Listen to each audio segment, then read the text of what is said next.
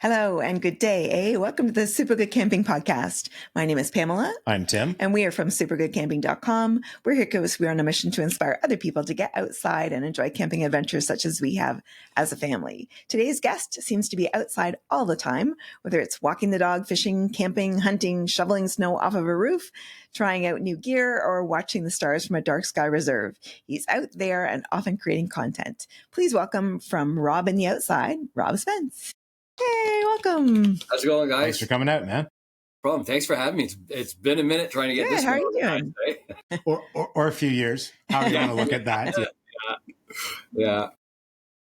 It's and hilarious. So backstory for those of you that don't know, man, we've got to be coming up on maybe 3 years, something like that, since we first had that first chat.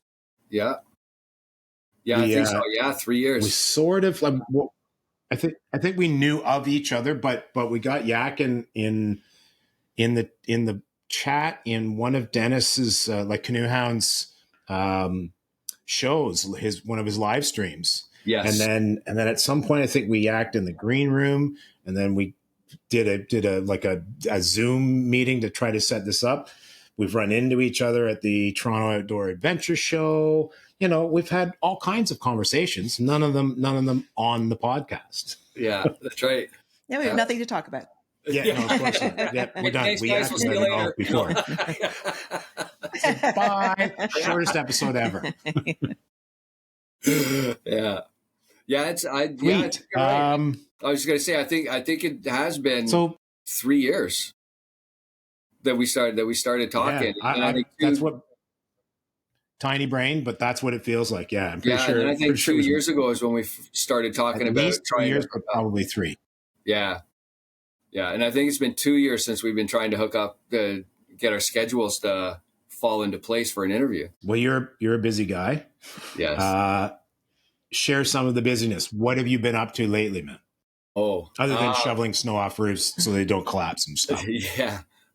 Actually, this last month and a half, I have been knee deep planning a hunt for deer.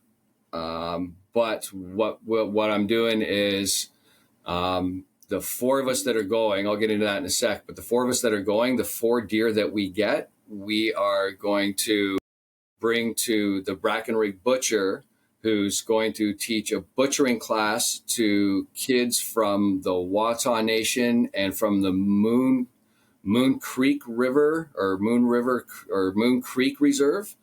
He's going to give a butchering class to those kids, and then we're donating all 4 deer that's been butchered back to the reserves. So for the people that need it.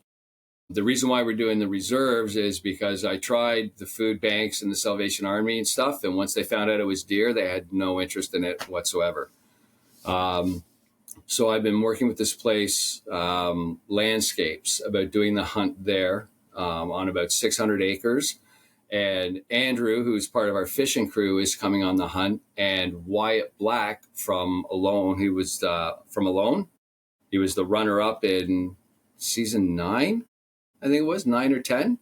Him and his father are coming on the hunt as well. So yeah, that's what I've been doing for the last month and a half, is trying to organize that with getting some sponsors involved and then getting it all arranged. So cool. Well, that's a whack of work to put together.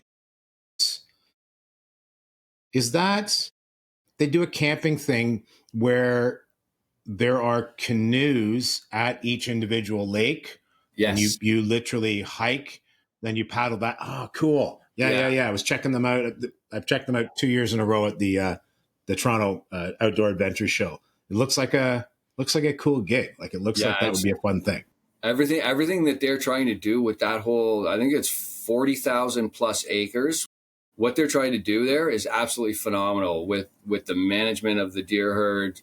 There's elk in there, the moose in there, trying to revitalize the trout population in a couple of lakes. Like everything from the ground up, including the insects and stuff. They're trying to rebuild that whole ecosystem, which is absolutely phenomenal. Oh, yeah. And we've been planning our spring That's excellent. Trip. Well, I remember You're planning your spring trip through there. Yeah. Okay, cool. Yeah. When we saw them at the show, enthusiastic is not even close to what they were. They were so, they're so behind what they're doing. You know what I mean? Like it was awesome to see that kind of passion. Yeah. And then our spring trip actually is, So sorry, I was going to say, we're not planning it through there. Our spring trip is actually no. 10 days in Algonquin. And then Andrew and I are pulling out for another 5 days. And then we're going back in with Josh again for another 4 or 5. So we're going to be gone for, I think, a total of 18 days. When you say pulling out for 5 days, are you like bailing, going back into civilization, or are you just going to crown land? No, we're going into crown land. Andrew and I are going to go fish a couple of lakes just on the outskirts of Algonquin. So yeah, we're not coming home. Cool. Yeah, I wouldn't.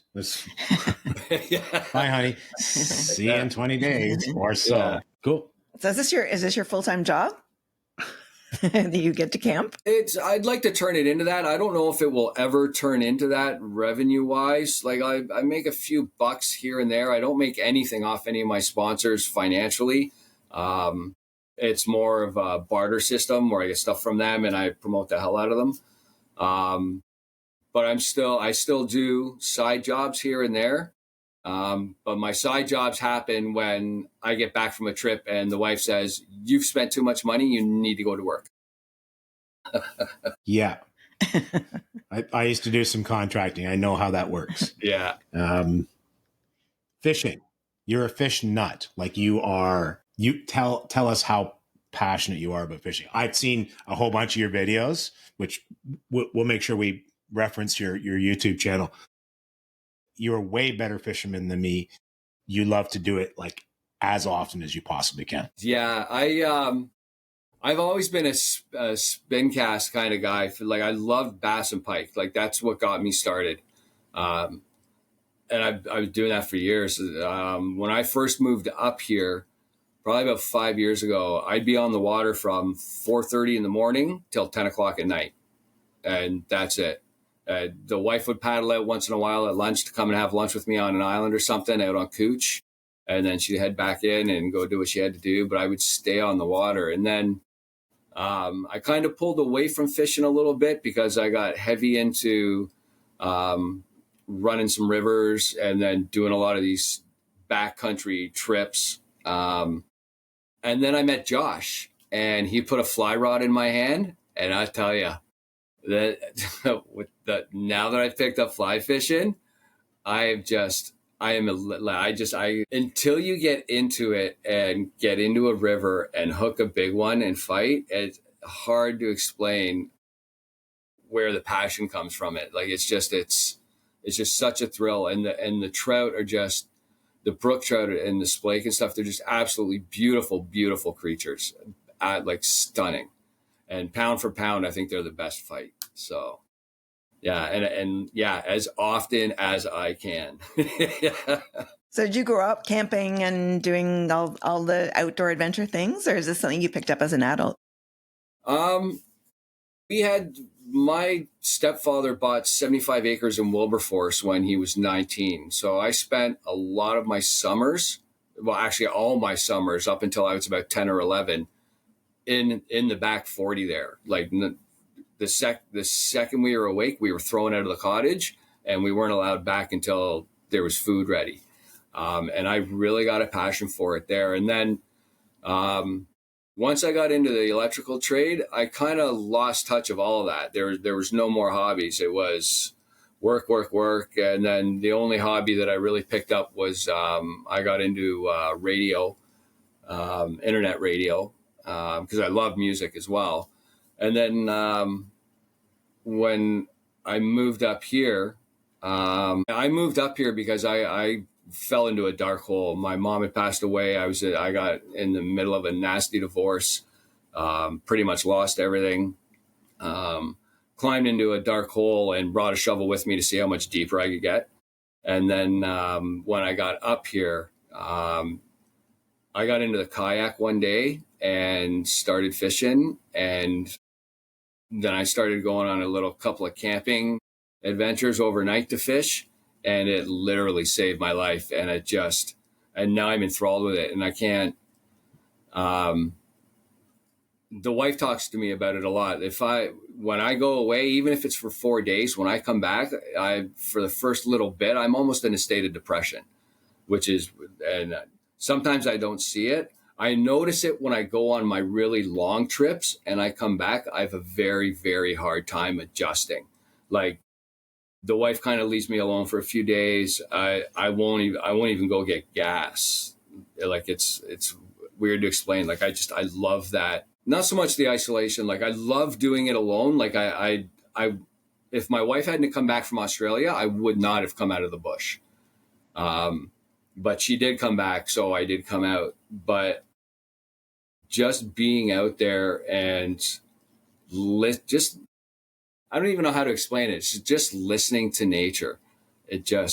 Everything about it it heals my soul. And I hate coming back I love coming back to my family, to the dog, everything else. I hate coming back to everything that's outside of this house. Yep, the world can be I'm trying to think of a nice word to use. Can be a bit of a hot mess, especially now. Yes. So I totally get where you're coming from. Like, I'm not. Me personally, I'm not a solo camper. I camp with either Pamela or one or both of our kids, or however that plays out. I don't need that space just for myself, although it's pretty easy to find that space. Like, you can still be with somebody else and be totally on your own. You know what I mean? Like, you can just do that. Absolutely. Yeah. That nature, peace, Zen thing, right? Yeah. Your story is not terribly unusual. We've heard very similar from a number of people, and it's usually some kind of something went sideways. Things are crappy. I went and found solace in the forest, and it's been my go-to since. And that excites me. Like, I think that's fabulous. That shows just how much getting out there, the value of getting out there, regardless of how you do it or what you choose to do out there. You run around naked, I don't care.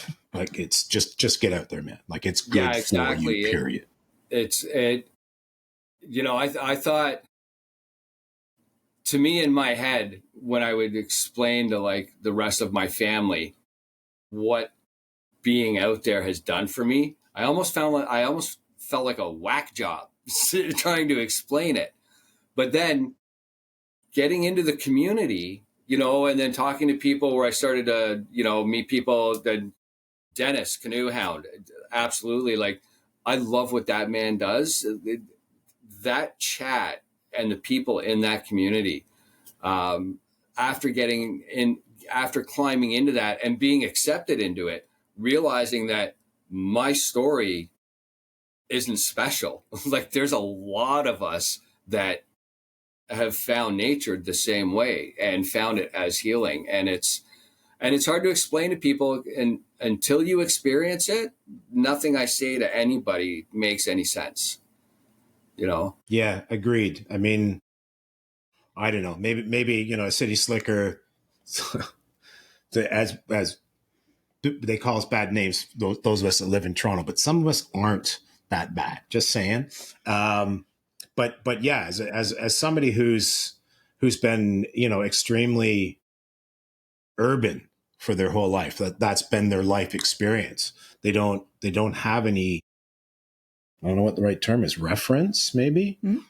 They've got nothing to compare it against until they actually get out there and then go, holy crap! How was I missing this my entire life? Because that seems to be how it plays. Like, literally, not everybody, but it's like, oh, I don't like bugs. Okay, well, fine, stay home. I don't care.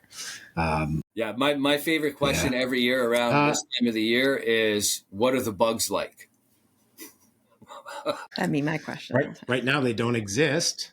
They're going to be very bad. Then there'll be a different bug that's going to be very bad. Very bad. And then there'll be slightly less bad, but there's still going to be a bunch of them. That's how that goes. And if you go near marshy areas, they're going to be very, very bad. And if you go away from marsh areas, they'll just be very bad. Yeah. welcome to spring and early summer in Ontario, man. Like, Yeah, exactly. whatever. If there isn't ice on the water, there's bugs. That's it. the deal. Yeah. Yeah. There's 2 seasons, and that's bug season. Speaking of which, ice. Toronto is winter and construction, but yes, same idea. So we're recording this at the end of March. You guys don't have open water yet, do you? Or at least you're not fully ice out. We're not fully iced out, but there is a lot of open water. I'm not actually. I'm probably. Cool. I'm a kilometer away from the falls, and I can hear them raging all night long. The flooding that's going to happen up here is crazy. A week ago, I had 6.5 feet of snow along the side of my driveways, and we're now down to about 3 feet. And it's the flooding's going to be bad. But yeah, there is open water here now, but it's not fully iced out. But yeah, it's the ice fishing season is over. So yeah, no, I knew the ice fishing was over, but I saw just it happened weirdly. Been following the weather because again, we're right at the end of March, and we're here in Toronto. We're likely to get mostly rain over the course of the next 3 days. You guys are going to get whacked with all kinds of stuff: freezing rain, ice pellets, maybe snow. Who knows? yeah, You got a bunch of crap coming. Yeah, so I was looking at satellite imagery. Yeah, I was gonna say, it's gonna. Yeah, it's what a yo-yo. Well, welcome to spring in Ontario. Yeah. But I noticed that Lake Simcoe still had an awful lot of ice. So I figured because you guys are north of that, right? Yeah. I figured you guys were still looking at the hard water type deal. Yeah, it's weird because some of the lakes right now, you'd figure with this warm weather that we've had, like we had like 3-4 days in a row that were 15, 17 degrees. And you'd figure like the edges would start to go first. But some of these lakes, it's still around the edge, but the centers started to come out. And it's a few people have lost their huts. Yeah. That's poopy. Well, that's the Lake Simcoe because it's the closest. Sorry, Lake Ontario is the closest big body of water, but Lake Simcoe is the next one, like heading north. And that's what you hear. That's usually the spring cry is, oh, John lost his truck because he was parked on the ice. Or snowmobile went through or the the ice. snowmobile went through the ice. Yeah. Like I went down to Barrie the other day. I drove by Georgian Bay, and it's surprisingly, it has opened up huge. I thought Georgian Bay usually takes a little bit longer, but it's already coming down the 400 there. You can see like it's just open water as far as you can see right now. So wow, cool. Well, you'll be out in the canoe doing some fishing soon. Hunting. Well, talk to me about what you hunt and how, like what, because I can see I'm going to use the wrong term, but I can see, yes, exactly. A thing that shoots arrows. Crossbow. What styles, like what do you use when you hunt, and what animals do you harvest? So I've got a crossbow here, the Excalibur, and a recurve. I haven't hunted any big game with the recurve yet.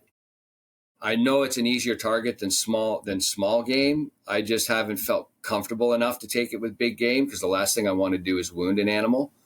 But all small game I hunt. I haven't hunted for coyote or wolf. I will never hunt wolf. I know there has to be a management program for it, and I understand that. Just me personally, I would never take one. With the excess of coyotes that we've had this year, I may start doing that. But basically, I'm hunting small game, rabbit, squirrel,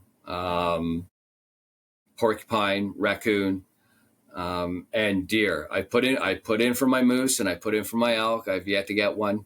Hopefully this year. But deer has been my biggest pull so far, and I absolutely love it. And it's none of it's a trophy. I know I've got I've got it on the wall, and when people see that, they're like, oh, it's a trophy. Well, for me, that's not a trophy. It's when I come into the house and I see that, my mind goes back to everything that happened in that moment. And for me, that's an appreciation of that animal that just fed my entire family.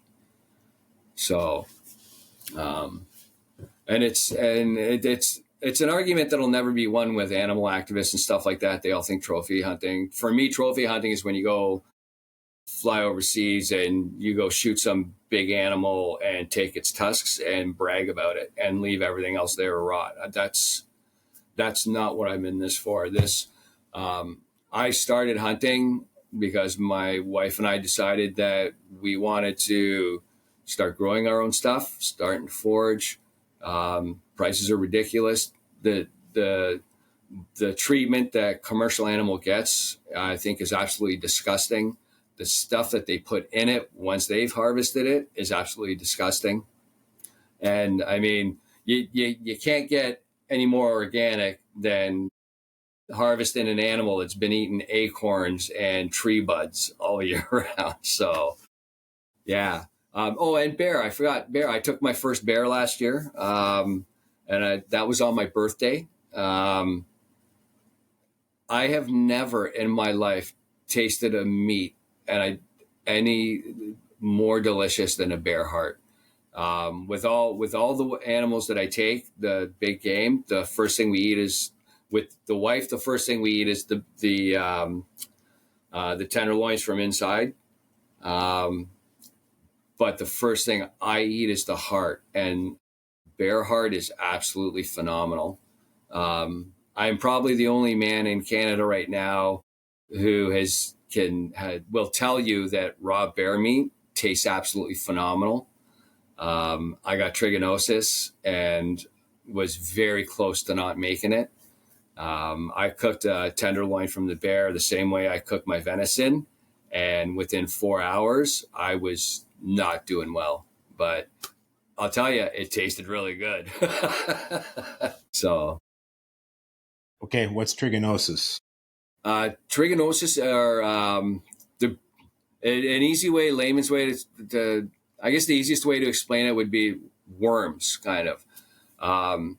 But they're parasites. It's a parasite, and first it gets in, it comes out through your stomach, gets into your muscles. Once it's what's the term I'm looking for? Once it's laid its eggs and it starts to grow and everything else, it gets into your bloodstream. Once it's into your bloodstream, it instantly goes to your heart and to your brain. And once it's done that, you're done. There's no coming back from that. So yeah, they figure Okay. Yeah, when I got diagnosed with it, they had already gotten out of my digestive tract and had already started to get into my muscles. The pain was excruciating. I've never ever in my life. I woke up at 1:30 in the morning and felt like somebody had put both of their hands on my esophagus and were wringing it out like a towel. Yeah, it absolutely. And that was probably one of the nicest pains that I went through in the first few days.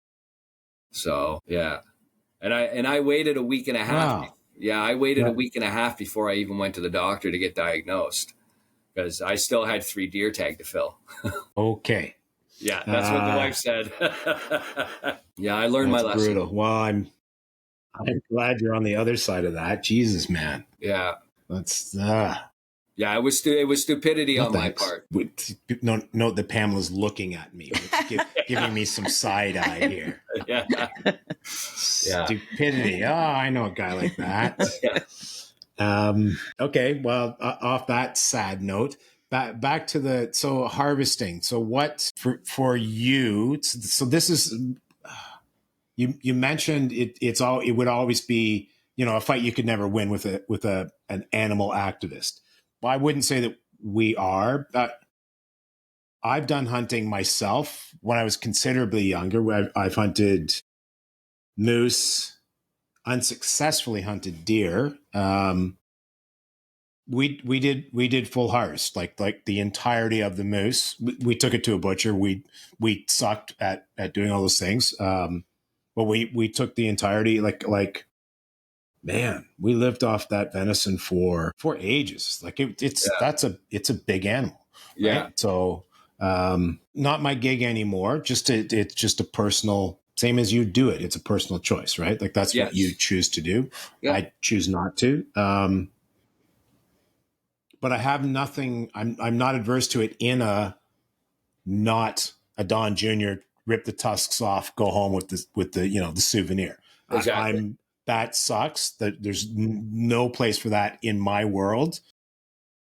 But as far as providing sustenance, etc., or providing sustenance for other people with the same thing, I'm totally behind that. So how do you do it yourself? Do you have a butcher that does it? How does that work out that you get everything out of the animal? So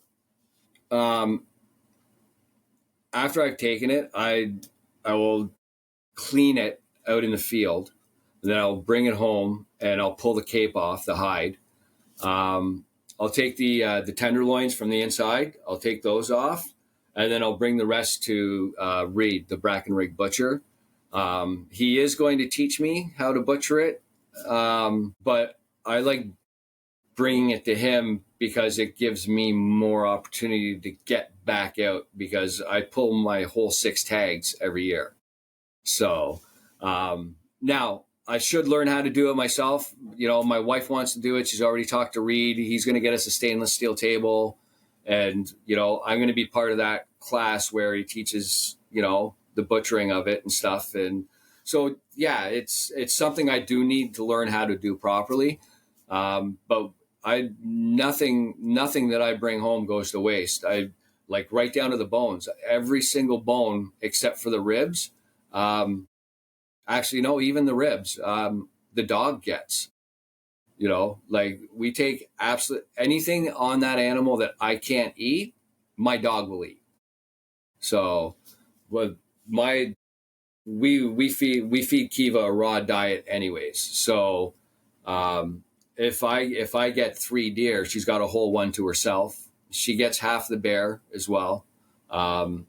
We cook it for her though. So, but yeah, Reed saves the bones for us. I bring them home. I take a Sawzall to them, cut them all up into little pieces for them. Sometimes the wife will boil some of them, like get the marrow all soft and punch all the marrow out for her. And sometimes we just throw her the bone and let her go to town. So, but yeah, absolutely nothing goes to waste. Even the hides. I saved a couple of hides. The first hide I did by myself didn't turn out that well. But I did luck out because a buddy of mine said I could still take it and cut some of the hairs off and use it in my flies. So that worked out. So I kept a little piece for myself, and I've done a few practice runs at getting the hide to a workable thing for us. But the thing about deer hides is that it is so thin that if you do work it too much, there's not much you can really use it for because the leather's not as durable as other animals. So, but you can still make some nice stuff out of it around the house. So, how much time do you spend hunting? I don't mean like, you spend 3 months out hunting, whatever that window is. I mean, like for an average deer, like do you spend from start to finish? I make the assumption you are scouting trails, potentially trail cameras, looking for feeding spots, that sort of deal. And then you go out and you're in a blind, how does that all play out? What is that length of that timeline from the time that you start prepping to the time that you're bringing one home? I start usually prepping around probably about the second week of August. It's after my oldest son's birthday, after August 15th. And then what I'll do is I'll look for certain areas for where I see some like heavy traffic. And then I'll look for a couple of rubs. And then what I'll do is I'll set a trail cam up. And if there is some traffic in that area, decent traffic, maybe a decent sized buck or stuff, then I'll start laying some bait and stuff to see if I can keep them in and around. And then if that works and there are some decent bucks in there, and when I say decent, I'm not talking about the rack. I'm talking body size. Like I'd love a nice rack to put on my wall, but my priority is the meat. So I'm looking for a big animal. I don't care how big its horn is. And then I'll lay bait to keep them around. And then come the season, which is October 1st for bow, and it's 2.5 months long.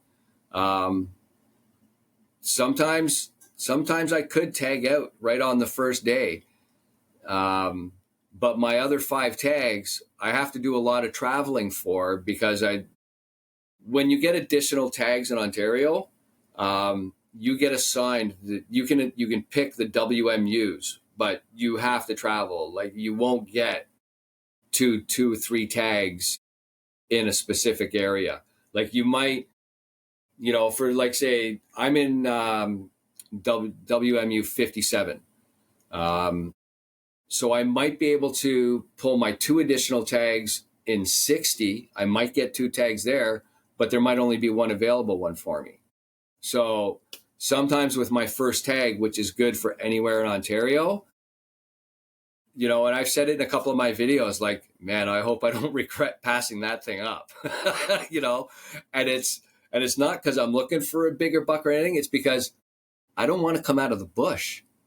I love that interaction, being able to call them in, having them come in, that whole, and that adrenaline rush when you do make a call and it works and it comes in looking to see what's around. Like, I don't know how many times I've had my crossbow and I've had them dead in my sights and I've just gone, yeah, I want to do this again tomorrow. Yeah. So I spent probably a good month and a half prepping, researching. My first 3 years of hunting, when I didn't tag out at all, and I think this is where I learned to love hunting so much. My first 3 years, I didn't get one deer. I couldn't even get close enough for a shot. 2 of those years I was doing spot and stalks. But in those 3 years, I learned so much about the deer, about the flora and the fauna, all in this area, the deer's habits, their eating habits, their sleeping habits, their travel habits. Like it was like going to school, and it was, and I haven't learned everything. There's still a whole bunch I've got to learn, but the amount of information that I gathered, walking through that forest and then, stopping, like taking 3 or 4 steps, stopping, looking around to see if there's anything there, to see if I hear anything and stuff like that. And then trying to figure out what they're eating and where they're bedding and that kind of stuff. That's, that has paid off for me now then. So I'm very glad for those first 3 years that the wife and I decided that this is what we were going to do, that I didn't tag out. Because if I just went into the bush, popped one, I wouldn't have learned anything, So to me, it's every time I go out, I'm learning something new about them, and I'm learning something new about the environment and everything. Like, it's crazy when you try to tell people that, like, even the bees in this area will affect what the deer do. It's a butterfly effect, and I don't think people understand that. And it's, and I love what I'm learning while I'm out there. The wife likes to see the smile on my face, and she loves my passion about it. And I tell you, I couldn't do any of this without her. She is a patient woman, because come August 16th, I'm gone. And I'm like, for hours every day. I'm up at 2:30, 3 o'clock every morning, and I'm not back until well after dark. And that goes on right up until December 15th. And God love her. Like, yeah. So I happen to see that you wrote a book. I did. And you know what? It's funny. I was going to edit it and have it all proper grammar and proper English and punctuation and all that other stuff. And my son said to me, because it was my trip from Algonquin when I blew out my shoulder and my knee. And my son said, why would you do that? And I go, to make it like proper book. And my kid says to me, he goes, that's not you. You're not all prim and proper, nice, smooth edges. Like you were like bleep, bleep, bleep, bleep, like you're straight up. You're a raw exposed nerve all the time. Why would you change that? Why don't you just go through it for spelling mistakes and just throw it up? And if people like it, they like it. And if they don't, they don't. And I went, you know what? Maybe I'll do that. So that's basically what it was. It was my diary from that trip. And, some of the punctuation I fixed, some of it I didn't. I just left it as raw as I wrote it. Like I literally took my diary, put it in front of me, and just went verbatim everything. Like there's periods missing, commas missing, but that was my experience. And my son said that, and that's what my son said. He goes, that's your experience. Don't change it. Just do it. That's what, okay. So yeah. Kids can be smart sometimes. Yeah. Yeah. And it's really not an easy read because it's scattered. And, I think there's a couple of pages in there that I wrote while I was in the middle of an emotional breakdown on like day 5 or 6. So it's like gibberish. What's the name of the book and where can people get it? It's on Amazon. Kindle is what it's. So it's on Amazon, and it's I believe the title. I haven't looked at it for so long. I've still got the actual diaries, a little tiny green book, and I think I just called it 15 Days Alone in the Algonquin Backcountry. So yeah, okay, we'll double check that. We'll make sure it ends up in the show notes and stuff. Yeah, so. Thank you. Yeah, because I think cool. I think that's what it was called. 15 Days Alone in the Algonquin Backcountry. So sweet. Yeah. Well, that was quite the trip. We know a published author. Yeah. Can we get a signature? Well, too, Kevin Callan as well. That's true. That's true. All he does is write books, though, like 18 of them or something crazy. Actually, it must be more now. I think it was 18 last time we talked to him. That's it for us for today. Thank you so much for listening. Thank you so much to Rob in the Outside for joining us today. And please do check him out. He's on Instagram. It's Rob_in the Outside. And on YouTube, he's Rob in the Outside.